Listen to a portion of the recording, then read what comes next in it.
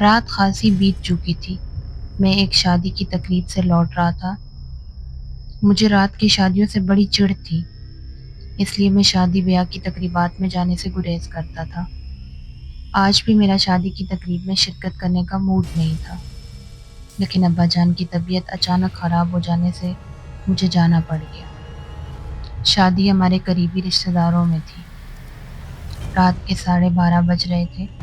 میں سائیکل کے پیڈل پر تیز تیز پاؤں مار رہا تھا۔ ہمارے گھر سے ذرا پہلے راستے میں قبرستان آتا تھا۔ قبرستان آتے ہی مجھے خوف سا آنے لگا تھا۔ بچپن ہی سے نہ جانے کیوں مجھے قبرستان کے قریب سے گزرنے پر خوف طاری ہو جاتا تھا۔ مجھے ایسا محسوس ہوتا تھا کہ اندھیرے میں کوئی عصیب مجھے گور گور کر دیکھ رہا ہے۔ میں تیزی سے دوڑ لگا کر قبرستان سے دور ہوتا چلا جاتا تھا۔ بچپن کا خوف آج بھی مجھ پر غالب تھا۔ میں 18 سال کا ہو چکا تھا۔ مجبوری یہ تھی کہ گھر جانے کے لیے راستہ ہی یہی تھا۔ اس کا متبادل کوئی اور راستہ نہیں تھا۔ میرے دوست بھی میری اس بزدلی سے واقف تھے اور اس معاملے میں میرا مذاق بھی اڑاتے تھے۔ میں خاموشی سے ان کا مذاق برداشت کر جاتا، لیکن اپنے خوف پر کبھی قابو نہیں پا سکتا تھا۔ کتوں کے چھوٹے چھوٹے بچے اکثر رات کے وقت قبرستان میں ایسے گھومتے پھرتے رہتے تھے جیسے وہ قبرستان میں نہیں کسی پارک میں گھوم رہے ہوں۔ قبرستان کے آتے ہی میرے ذہن پر خوف طاری ہو گیا۔ سائیکل چلاتے ہوئے میں نے ایک نظر قبرستان پر ڈالی۔ قبرستان میں کسی بزرگ کا مزار بنا ہوا تھا، جہاں ایک بلب روشن تھا۔ بلب کی روشنی میں قریب کی چیزیں صاف دکھائی دے رہی تھی۔ مزار سے چند قدم دور نصیر کھڑا دکھائی دیا۔ نصیر کو دیکھ کر مجھے ایک جھٹکا سا لگا کہ وہ اس قبرستان میں کیا کر رہا ہے، حالانکہ اس کا گھر قبرستان سے بہت دور ہے۔ ایک لمحے کو میرا خوف جاتا رہا اور میں ایک درخت کے پاس سائیکل کھڑی کر کے اس کی جانب لپکا۔ نصیر، میں نے زور سے آواز لگائی۔ سناٹے میں میری آواز بہت تیز گونجی۔ میرا خیال تھا کہ وہ میری آواز سن کر میری طرف لپکے گا، لیکن اس نے مخالف سمت میں دوڑ لگا دی۔ میں بھی تیزی سے اس کی طرف لپکا۔ مجھے قبروں کو پلانگتا دیکھ کر وہ اور تیز ہو گیا، پھر اچانک وہ غائب ہو گیا۔ میں نے اس کو بہت تلاش کیا، لیکن اس کا کچھ پتہ نہیں چلا کہ وہ کہاں گیا۔ اسے یوں غائب ہوتا دیکھ مجھ پر خوف طاری ہو گیا۔ سمجھ میں نہیں آ رہا تھا کہ نصیر کو زمین نگل گئی یا آسمان کھا گیا۔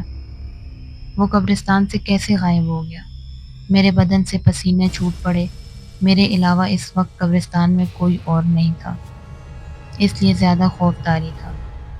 مجھے ایسا محسوس ہو رہا تھا کہ کوئی نظر نہ آنے والی مخلوق میری بے بسی پر دانت نکالے کہہ کے لگا رہی ہے۔ اچانک جیسے میرے بدن میں طاقت سی بھر گئی ہو، میں تیزی سے قبروں کو پلانگتا ہوا دوڑ پڑا اور سائیکل کے پاس پہنچ کر میرا بھاگنا بند ہوا۔ سائیکل پر بیٹھتے ہی میں نے پیڈل پر بدحواسی کے عالم میں پاؤں مارنا شروع کر دیے اور چند لمحوں میں قبرستان سے دور نکل گیا اور گھر آ کر ہی دم لیا۔ رات میں کئی بار میری آنکھ کھلی اور میں بڑبڑا کر اٹھ بیٹھا، لیکن آنکھ کھلنے پر احساس ہوتا کہ چند لمحوں پہلے میں نے ڈرا دینے والا جو منظر دیکھا وہ خواب تھا۔ اس بات سے دل کو سکون ملتا اور میں دوبارہ سو جاتا۔ خواب میں جو منظر مجھے نظر آ رہا تھا وہ کچھ یوں تھا کہ میں قبرستان میں جا رہا ہوں اور اچانک میرے سامنے نصیر آ جاتا ہے۔ میں ابھی اس سے بات کرنے ہی والا تھا کہ کوئی سیاہ لباس میں ملبوس مخلوق اچانک وارد ہوئی اور نصیر کو اٹھا کر لے گئی۔ میں چیخنا چاہ رہا ہوں، لیکن میری آواز الگ میں پھنس کر رہ گئی اور بے اختیار میری آنکھ کھل گئی۔ صبح کالج میں میری ملاقات نصیر سے ہونے پر میں نے قبرستان میں اس کی موجودگی اور غائب ہونے سے متعلق بات پوچھی تو وہ ہنس کر میری طرف دیکھنے لگا۔ میں رات میں قبرستان جا کر کیا کروں گا؟ تمہیں ضرور وہم ہوا ہے۔ مجھے وہم نہیں ہوا، میں نے اپنی آنکھوں سے تمہیں قبرستان میں دیکھا تھا اور میں جب تمہارے پیچھے بھاگا تو تم غائب ہو گئے، میں نے اسے بتایا۔ میرا تمہیں ایک قیمتی اور مفید مشورہ ہے کہ آئندہ کبھی قبرستان کے اندر اس طرح مت چلے جانا۔ قبرستان میں آسیب ہوتا ہے جو رات میں لوگوں کو تنگ کرتا ہے۔ وہ انسان کے دوستوں اور رشتہ داروں کے روپ میں نظر آتا ہے۔ ان کے پاس جانے والے شخص پر وہ آسیب حملہ کر دیتا ہے یا اس کے جسم میں داخل ہو کر اسے اور اس کے گھر والوں کو پریشانی میں مبتلا کر دیتا ہے۔ نصیر نے یہ بات بتائی مجھے۔ ہاں ہاں، نصیر سچ کہہ رہا ہے، فرحان بیچ میں بول پڑا۔ ہمارے پڑوسی مرزا ندیم کی لڑکی پر آسیب آ گیا تھا۔ آسیب کے باعث اس نے گھر میں توڑ پھوڑ مچا دی۔ کبھی کسی کو اٹھا کر دیوار پر دے مارتی اور کبھی کسی چیز کو۔ سب گھر والے پریشان ہو گئے تھے کہ اتنی کمزور اور نازک لڑکی میں اتنی طاقت کہاں سے آ گئی ہے، جو وہ اتنی طاقتور ہو گئی ہے کہ اپنے سے بھاری بھاری سامان اور انسانوں کو اس طرح پھینک رہی ہے جیسے کوئی کھلونا پھینک رہا ہو۔ ممکن ہے آیا ہو، میں نے کہا۔ میں ان سے اس وقت کہہ بھی سکتا تھا۔ نصیر کو میں نے خاصے فاصلے سے دیکھا تھا۔ یہ بھی ہو سکتا تھا کہ میرا وہم ہو، وہاں کوئی بھی نہ ہو۔ نصیر کا رات کے 12:30 قبرستان میں کیا کام ہو سکتا ہے؟ اس واقعہ کو گزرے 2 ماہ ہو چکے تھے اور میں بھی اس واقعہ کو بھولتا جا رہا تھا۔ اس دن سے میں محسوس کر رہا تھا کہ نصیر کی صحت پہلے جیسی نہیں رہی تھی۔ وہ سوکھتا جا رہا تھا۔ اس کی آنکھوں کے گرد ہلکے پڑتے جا رہے تھے۔ اس کے جسم سے گوشت کم اور ہڈیوں کا غبار زیادہ دکھائی دینے لگا تھا۔ مجھے اس کی صحت گرنے پر سخت تشویش تھی۔ میں نے کئی بار اس کو مشورہ دیا کہ وہ کسی اچھے ڈاکٹر کو دکھائے۔ وہ میری بات کو ہنس کر ٹال کر ہاں ہاں ہوں کر کے رہ جاتا تھا۔ ایک رات میں سائیکل پر قبرستان کے قریب سے گزر رہا تھا۔ میں رات میں گھر سے باہر زیادہ دیر نہیں رہتا۔ اس دن اتفاق سے اپنے دوست غلام محی الدین کے گھر گیا۔ اس کے گھر والے کسی شادی کی تقریب میں گئے ہوئے تھے۔ غلام محی الدین نے ٹی وی پر میرے پسندیدہ گانے لگا دیے۔ میں اور غلام محی الدین گانے سننے میں اتنے مگن ہوئے کہ وقت کا پتہ ہی نہیں چلا، اور میں اس وقت بری طرح چونکا جب میری نظر گھڑی پر پڑی۔ رات کے 12 بج چکے تھے۔ میں بدحواسی میں تیزی سے صوفے سے اٹھا اور غلام محی الدین سے اجازت لے کر گھر کو چل دیا۔ قبرستان آتے ہی میری سائیکل اچانک ایک جھٹکے سے فضا میں اچھلی اور میں دھڑام سے سڑک پر گر پڑا۔ سائیکل کے نیچے ایک بڑا سا پتھر آ گیا تھا جو میں نے دیکھا نہیں، اور سائیکل سمیت سڑک پر گر پڑا۔ میں جیسے ہی سڑک سے اٹھا، اچانک مجھے ایسا لگا کہ کوئی شخص قبرستان سے باہر آ رہا ہے۔ میں اس کو دیکھ کر بری طرح چونکا۔ وہ شخص کوئی اور نہیں، نصیر ہی تھا۔ میری آنکھیں حیرت سے پھٹی کی پھٹی رہ گئی۔ اس کی آنکھیں آگ کا شعلہ لگ رہی تھی۔ آنکھیں کھلی ہونے کے باوجود وہ ایسے چل رہا تھا کہ جیسے نیند میں چل رہا ہو۔ نصیر، نصیر، ٹھہرو، میری بات سنو، میں نے بے ساختہ اسے پکارا۔ نصیر چلتا ہوا میرے پاس سے گزر کر اس طرح جانے لگا جیسے اس نے میری آواز سنی ہی نہ ہو۔